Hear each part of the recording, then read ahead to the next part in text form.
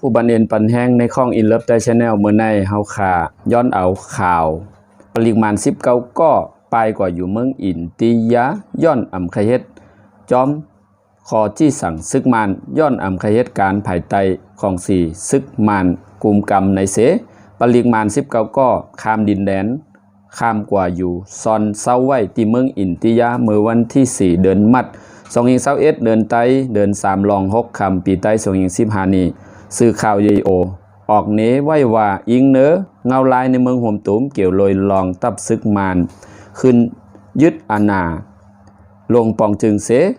เจ้าหน้าที่มาน19ก็อำใครเหตุการณ์อยู่ภายใต้เหตุการณ์ของ4ซึกมานในแลไล่คามดินแลนก็อยู่เศร้าไว้ตีเมือง